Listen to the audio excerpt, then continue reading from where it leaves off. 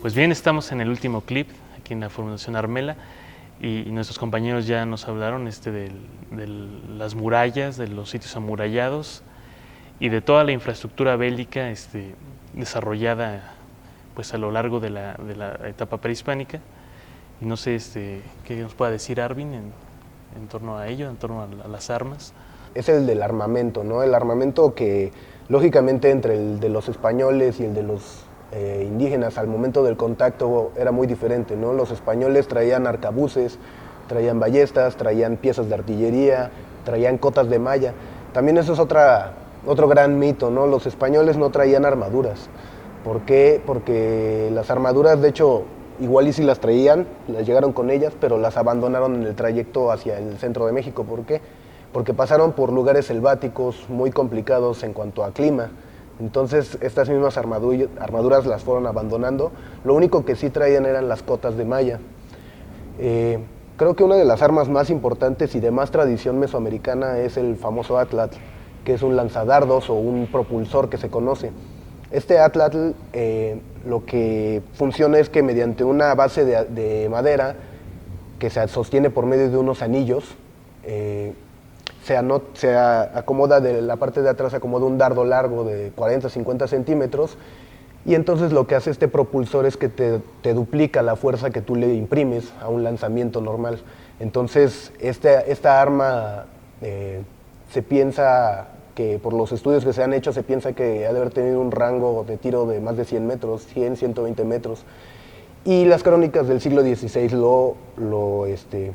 lo comparten también, ¿no? Comparten esta opinión y esta información sobre esta arma, mencionando que era muy fácil que estas armas, estos dardos, atravesaran las cotas de malla de los españoles. Entonces, para atravesar una cota de malla con un dardo, tiene que ver mucho, aparte de la fuerza que se le imprimió, la velocidad que agarra el proyectil, ¿no? en el camino. Ahora, el arma, creo que ofensiva, clásica y más importante en los ejércitos mesoamericanos era el macahuitl, que era este famoso bastón de madera con hojas afiladas, ¿no? De obsidiana a los costados. Este macahuitl también, según las crónicas del siglo XVI, nos menciona Fray Bernardino de Sahagún, que una de estas armas podía incluso de un golpe certero decapitar un caballo. Entonces, la importancia de esta arma, porque esta arma ya es un arma de cuerpo a cuerpo, ¿no? Entonces la importancia de esta arma era mucha. Ahora, también se comenta la destreza de los soldados mexicas, que como sabemos desde el Tepochcali, que era la escuela de los barrios, eran adiestrados para el uso de armas. Luego, más adelante en el Calmeca, que seguían con este adiestramiento, ¿no? Entonces, un guerrero mexica estaba acostumbrado a largas batallas, a largas caminatas para poder conquistar territorios, ¿no? Dentro del ejército mexica estaban las tres élites, ¿no? Los soldados principales, que todos conocemos, a los guerreros águila, los guerreros jaguar, pero había un tercer guerrero que todavía tenía un rango más alto, que eran los famosos cuachic, o los guerreros rapados, ¿no?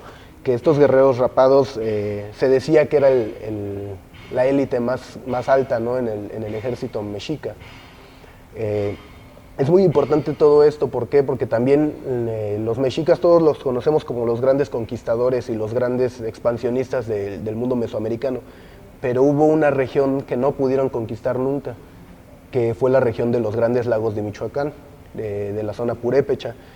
La diferencia de armamento fue que los purépechas ya habían desarrollado la metalurgia bélica.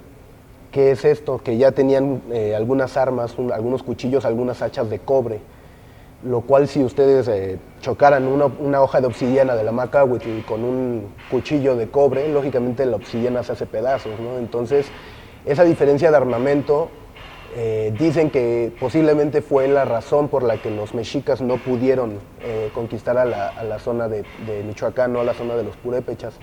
Ahora una gran pregunta que muchos a lo mejor nos hemos hecho es por qué los mexicas, con el poderío que llegaron a tener, no conquistaron a los tlaxcaltecas, que los tenían tan cerca y los tenían tan sojuzgados. ¿Por qué? Porque les cerraron las rutas comerciales. Digo, a los tlaxcaltecas sabemos que incluso su nobleza se tenía que vestir con mantas de nequén o de fibra. ¿Por qué? Porque no tenían el acceso al algodón. Los mexicas cerraron el comercio con Tlaxcala, y lógicamente ningún otro pueblo que estaba sojuzgado por los mexicas podía comerciar con los tlaxcaltecas, entonces no les llegaban enseres que se consideraban básicos, como lo es el algodón o la misma sal. Entonces, el hecho de que los mexicas no hayan conquistado al pueblo tlaxcalteca tiene que ver más con un tema político. ¿Por qué? Porque también los mexicas necesitaban quién entrenara o cómo entrenar a sus ejércitos, ¿no? Que los tenían en constante movimiento y en constantes campañas de conquista.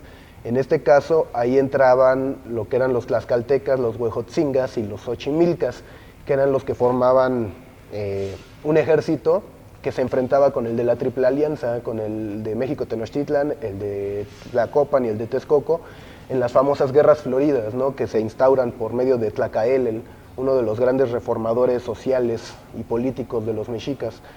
Cuando este personaje toma el poder como Cihuacóatl o como mujer serpiente, que era el segundo a cargo en el gobierno de México Tenochtitlan, parte del Excan Tlachtoloyan, el mujer serpiente de México Tenochtitlan era el brazo derecho del Tlatoque en turno, del Tlatoani en turno. Entonces, cuando este personaje Tlacaelel toma el poder como mujer serpiente, lo que hace es que vuelve a escribir o reescribe la historia de los mexicas. ¿Por qué? Porque queman los códices anteriores que tenían o que daban fe de que los mexicas eran un pueblo sin historia o sin gran linaje. Entonces se queman esos códices y Tlacaelel manda a reescribir la historia de los mexicas, dándoles una importancia superior, ¿no? Como un pueblo elegido. Entonces, no sé, creo que en los murales de Ixmiquilpan que menciona Ernesto, podemos ver mucho de este armamento, ¿no? De este armamento clásico. Ahora, el armamento defensivo es el chimal, el famoso escudo de plumas, que también eran, o se conocen como rodelas de plumas, ¿no? Las rodelas que iban, por un medio de un cuero, se atoraban en el antebrazo, se ponían a manera de escudo, como lo conocemos actualmente, y con eso trataban de detener, por ejemplo, las flechas de los arcos o los dardos del Atlatl. En estos escudos generalmente llevaban las divisas de guerra ya sea del guerrero o del regimiento al que él estuviera formando parte, ¿no? Los guerreros jaguar y los águila, por ejemplo. Entonces, estas enseres bélicos son muy importantes. Ahora, para mencionar otro enser bélico muy defensivo, porque ya mencionamos ofensivos, tanto el Atlatl como el Macahuetl, el defensivo el Chimali, y también la cota de algodón, ¿no? La malla de algodón, que era una especie de traje que se ponía y cubría todo el cuerpo y estaba forrado por algodón. Entonces también esto, si no detenía completamente el golpe de los dardos o de las flechas, pues sí hacía un poquito de que el impacto fuera menos fuerte, ¿no? Y tratar de evitar que llegara a tocar el cuerpo y a lastimar la piel. Entonces, sobre estas armas, también Ernesto nos puede comentar que se ven reflejadas en los murales de Ixmiquilpan. Así es, Arvin. Bueno, pues muchas de estas armas, como bien mencionó, tanto ofensivas como defensivas, nos encontramos en los murales de Ixmiquilpan. Y bueno, pues también vamos a hablar de una pieza muy interesante en Huaquechula, en el Valle de Atlisco, en Puebla. Ahorita que estamos tocando este tema en torno a las armas, en Huaquechula se encuentra una serie de esculturas de gran tamaño, todas ellas grabadas en todas sus partes, con grandes referencias hacia la actividad bélica. Entre ellas, la más destacada es la llamada piedra águila jaguar, en la que tiene grabado un jaguar en aparente lucha con un águila, de tal suerte que el jaguar está con las fauces abiertas, aparecen sus garras, y en la parte de arriba las alas del águila aparentemente atacando al jaguar. La garra del águila aprisiona la cola del jaguar, mientras la cabeza trata de atacarlo. Por el lado posterior de esta piedra encontramos un chimali, es decir, este escudo militar, de que ya nos habló Arvi. Está engalanado con vellones de plumas, tiene 4 dardos dispuestos hacia arriba y una gran lanza, lo cual nos quiere decir que en Huacachula, en el Valle de Atlisco, había una gran actividad bélica o también una gran referencia hacia actividades relacionadas militares y todo ello. También encontramos en el exconvento de San Martín Caballero, igual en Huacachula, empotrado en la fachada norte, un guerrero que porta una lanza, un chimali, igual con 5 vellones de plumas, engalanado, y 4 dardos, pero también tiene referencias a Tlaloc, tiene anteojeras, tiene colmillos y tiene una bigotera. Y la lanza está dispuesta a ser lanzada con un atlatl. Aquí tenemos otra referencia hacia la guerra y hacia el militarismo en Huacachula. Entonces nos podemos dar cuenta que en todo el Valle de Atlisco y en todo el altiplano hay grandes referencias hacia la actividad bélica y hacia la iconografía de la misma, de tal manera que eran representadas tanto los chimalis como los atlatls y igual los dardos. Al mismo tiempo, este chimali lo tenemos también muy bien representado en el Cerro del Chapulín, en Chapultepec. Tenemos ahí un grabado donde está un gran chimali con dardos atravesados. Y también tenemos otro, si no mal recuerdo, en Cuernavaca, afuera del Palacio de Cortés, está una gran piedra monumental con un chimali grabado y tenemos la misma iconografía. Tenemos el chimali con círculos concéntricos y 4 dardos dispuestos para ser lanzados. De tal manera que la armamentística militar mexica es tan importante como significación y también para ser utilizada como un rango en la lapidaria en el antiguo México. Bueno, pues no sé qué pueda decirnos Arvin en torno a ello, en torno a estas significaciones bélicas. Sí. Bueno, es muy importante esto que menciona Ernesto. También podemos tener muchas referencias de esto, ¿no? Otra de las armas que también son mencionadas incluso en los pasajes ya de la conquista, de la batalla de conquista, son estas ondas que lanzan piedras, ¿no? Con las cuales la gente mexica atacaba a los españoles desde la parte alta de las casas. Pictóricamente también tenemos muchas referencias, ¿no? La matrícula de tributos que menciona todos los trajes de guerra, los chimalis y algunos escudos, los escudos y algunos macahuitl que otros pueblos tributaban a los mexicas, ¿no? Como parte de su tributo de cada 80 días.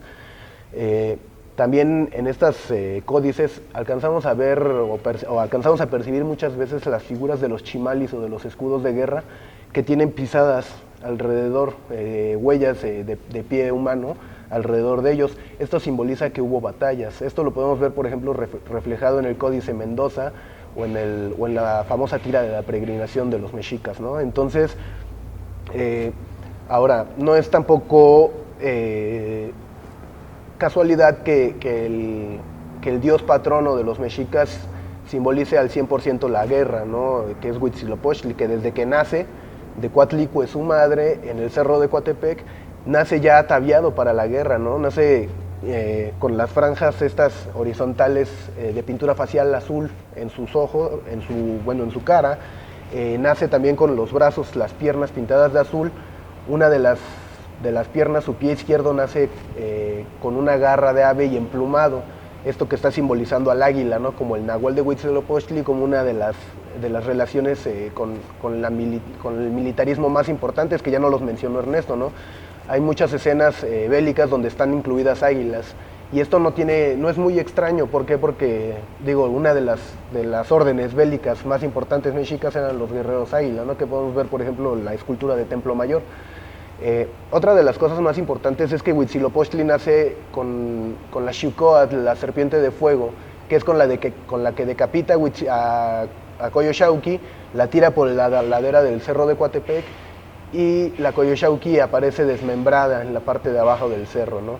Entonces, el militarismo realmente tuvo una importancia muy en el México prehispánico para todas las culturas, no nada más en el posclásico, sino que tenemos estas referencias desde los periodos formativos, ¿no?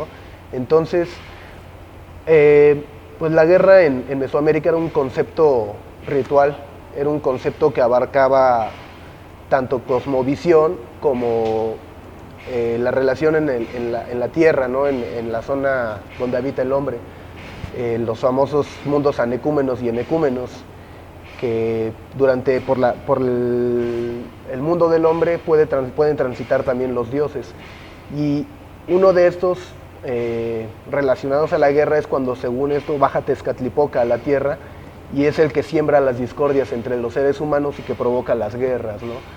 Tezcatlipoca lo vemos como un personaje o un dios que gusta de los sacrificios, que gusta de los conflictos entre los seres humanos, y como mencionó Yair, creo que esto es un buen inicio o es una buena referencia para continuar con nuestra siguiente tertulia del próximo mes, que vamos a hablar de los sacrificios humanos. Les doy las gracias a mis compañeros, a la Fundación Cultural Armeles Pitalier por la oportunidad de volver a platicar con ustedes sobre estos temas para conocer un poco más sobre las culturas mesoamericanas. Muchas gracias, Ernesto, muchas gracias, Yair, a la Fundación Cultural Armeles Pitalier. De parte de Visitas Arqueológicas de México, Arvin Hernández, muchas gracias.